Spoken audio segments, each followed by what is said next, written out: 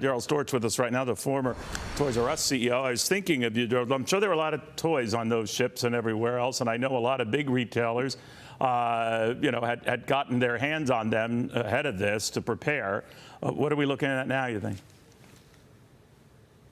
Well, honestly, I believe most of the Christmas goods are already in import, already in stock, in the warehouses and ready to go. This wasn't so much a matter of what was going to happen for Christmas. It was more what was going to happen, to the economy as a whole. Products like perishable goods, that's not really Christmas goods, bananas, right, something like that, automobiles. So I think it wasn't too bad as long as it was quick. From the numbers that you just heard, you get some idea what would have happened if this had gone on for a full month, though, and that could have been a much bigger issue. One thing, Daryl, again, the numbers aren't final or completely crunched here, but it looks like a 62% pay hike over 6 years works out to about an annual pay boost of 10% a year, well over the inflation rate for the time being. I always find in a lot of these deals that other unions and other workers in general say, what you did for them, do for me. What do you think happens? Well, I don't think there's any doubt that this is somewhat inflationary. It's obviously not as bad as it could have been.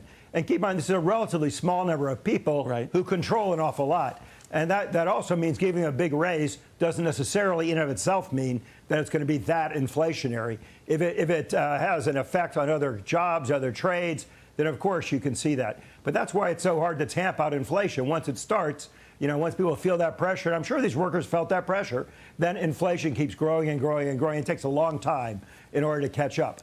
But the bigger issue, I think, overall, is that our supply chain seems to be becoming less and less reliable. And it's not just the strikes. You have things like war. So what the Houthis are doing, for example, in the Red Sea. You saw what happened during the pandemic. that caused additional problem. People are worried about tariffs, and what effect that could have on trade. So, and weather. So, we built this whole economy based upon just in time for everything. So the idea was to have no inventories anywhere, just move fast for efficiency. But now we see if one thing goes wrong, it can have massive effects. So I think what we're going to see is retailers, manufacturers, others building up more buffer inventory, which isn't the most efficient thing in the world, but at least provides more safety in times like these. The other things we're going to see is more nearshoring, more things produced in the U.S., but particularly in Mexico and Latin America, because then you don't have to worry about any of this. Yeah, you can hedge your bets. Gerald, great seeing you. Have a good weekend, my friend Gerald Storch, on all of that. Investors